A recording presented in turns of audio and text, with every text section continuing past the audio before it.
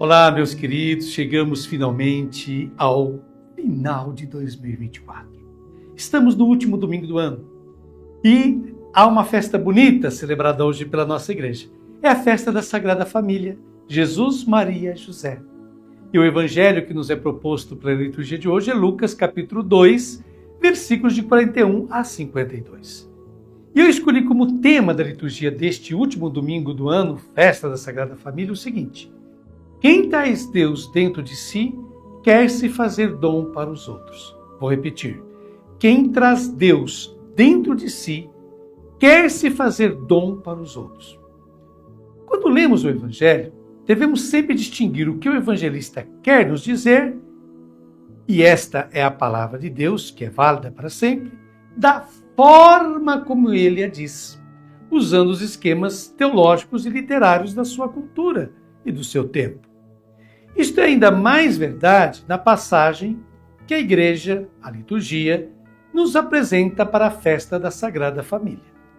Porque se olharmos este episódio do ponto de vista literal, ao pé da letra, mais do que uma Sagrada Família, parece uma realidade verdadeiramente desarticulada.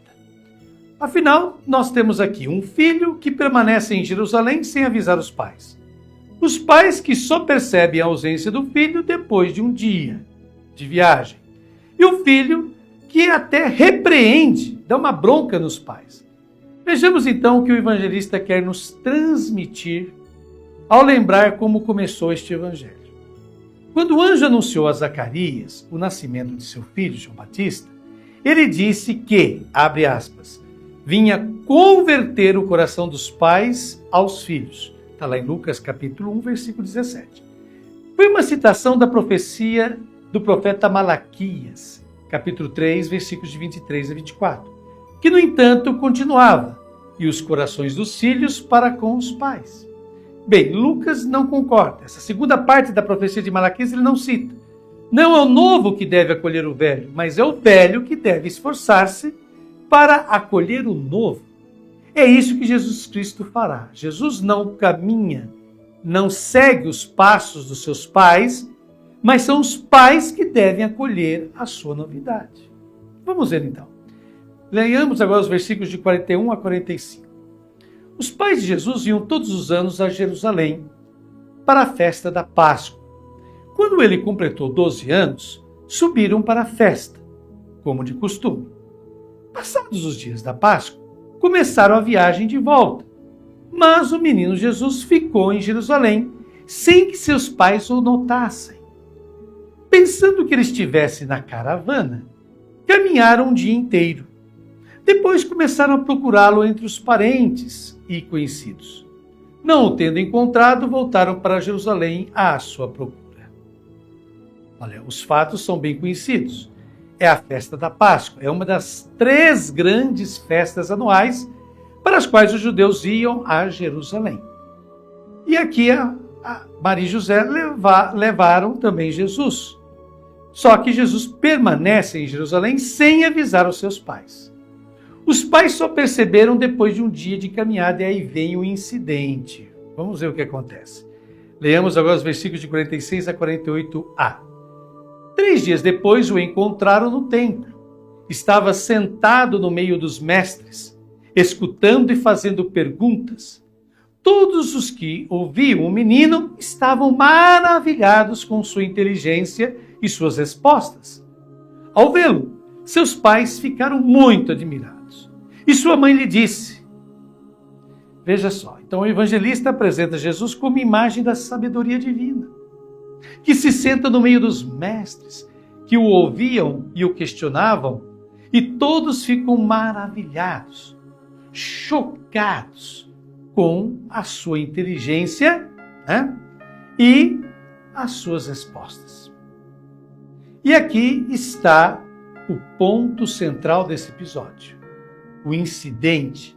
Quando o viram, os pais ficaram espantados, pois não esperavam encontrá-lo ali, e sua mãe lhe dirigiu a palavra, e é interessante observar que o evangelista jamais chama Maria pelo seu nome.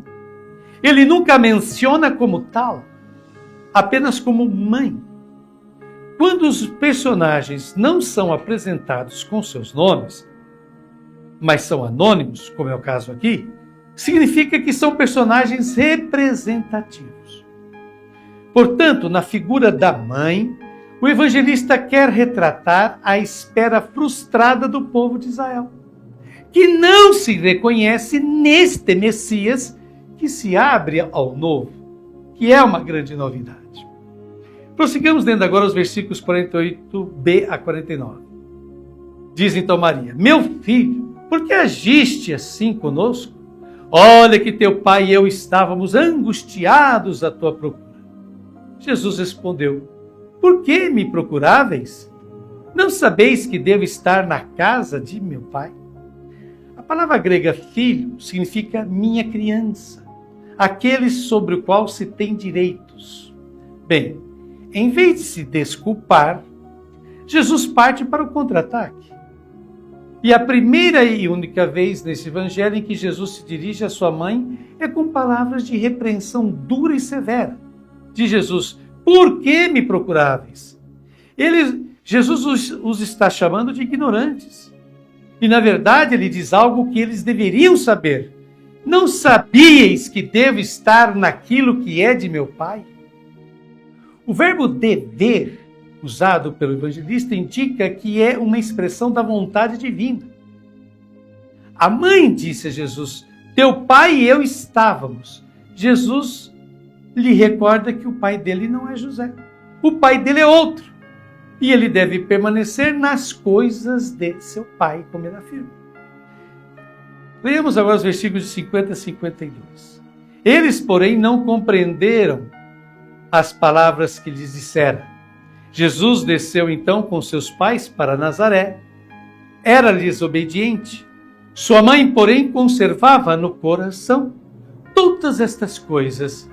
E Jesus crescia em sabedoria, estatura e graça, diante de Deus e diante dos homens.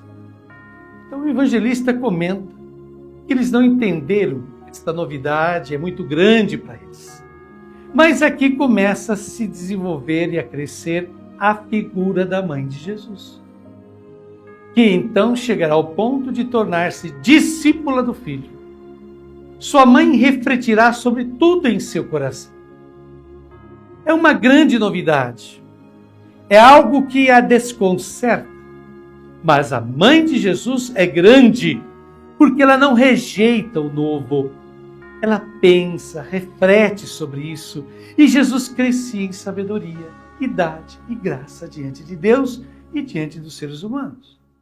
Aqui, a referência do evangelista é a um dos maiores profetas da história de Israel, o profeta Samuel, que também cresceu diante de Deus e dos homens com graça, diz a Bíblia. Portanto, a grande novidade que o evangelista nos apresenta é um convite a deixar o passado para se abrir ao novo. Somente quem se abre ao novo caminha com Jesus e vai em direção ao Pai. Bom, passo eu agora aqui as minhas considerações pessoais e começo citando a seguinte frase, que é de um grande pregador batista inglês do século XIX, Charles Haddon Spurgeon. Ele diz: fé e obediência fazem parte do mesmo pacote. Aquele que obedece a Deus, confia nele. Aquele que confia em Deus, obedece-lhe.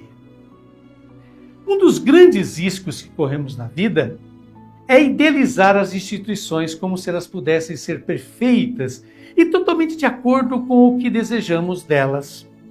Uma dessas instituições que na Igreja Católica corremos o risco de idealizar é a família.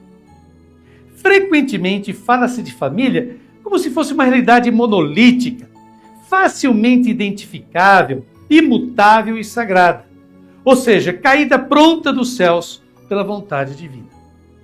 Há décadas, o mundo verifica uma mudança radical na vida familiar. O foco deslocou-se do matrimônio para o casal. O matrimônio é entendido como um compromisso para sempre, enquanto que o casal é inteiramente livre. O matrimônio envolve direitos, normas e obrigações estabelecidas pela sociedade. Enquanto que ser um casal é um fato livre. Depende da relação que se estabelece. Depende da comunicação emocional que existe entre duas pessoas. A ênfase nos tempos atuais se dá mais sobre a felicidade na relação do que na importância da instituição familiar em si mesma. Isso tudo não deixa de ter seu lado positivo, pois passa-se a valorizar mais a pessoa, seus anseios, suas vontades, seus sonhos e assim por diante. Algo que o Evangelho da festa de hoje nos ajuda a perceber com clareza é que, na família, ninguém pertence a ninguém. O marido não possui a esposa não possui o marido, os pais não possuem seus filhos e os filhos não possuem seus pais. A resposta áspera de Jesus à sua mãe é uma clara indicação disso. Apesar de ter seu pai terreno, seu pai biológico, ele sabe que, no fundo, a sua filiação está unida a algo maior, seu Pai Celeste, o reino de Deus. Ele, como filho, não aceita ser limitado pela sua cultura, pelo seu ambiente, pelas expectativas que os outros possuem para ele. Quantas vezes as famílias, ao invés de serem locais que estimulam o desenvolvimento pleno e profundo das pessoas, tornam-se um instrumento de castração, de limitação, de apequenamento dos seres humanos. No fundo, é um pouco em relação a isso que Jesus afirma em Mateus, capítulo 10, de 35 a 37. Vamos ler agora. Com efeito, eu vim causar divisão.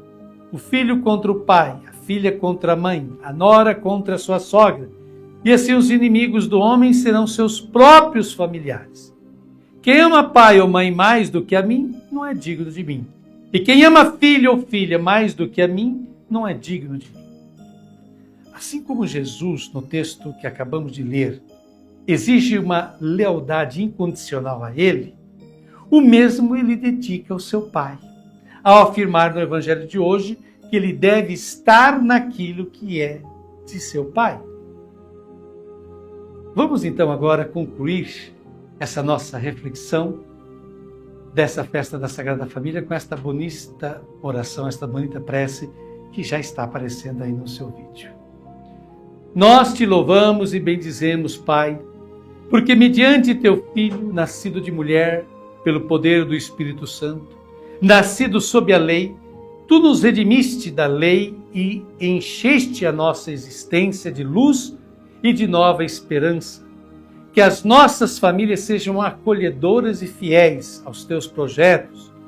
Ajudem e apoiem os sonhos e os novos entusiasmos dos seus filhos. Envolvam-nos de ternura quando estão frágeis. Eduquem-nos a amar-te e a todas as tuas criaturas. A ti, nosso Pai, toda honra e toda glória. A vocês todos que nos acompanham neste ano de 2024, beijo no coração, Deus os abençoe. Nós ficaremos agora este mês de janeiro sem os vídeos. O texto das homilias continuará sendo disponibilizado em meu blog na internet. Porém, o vídeo, neste mês de janeiro, nós não o teremos. Deus abençoe todos vocês. Então, até fevereiro, se Deus quiser.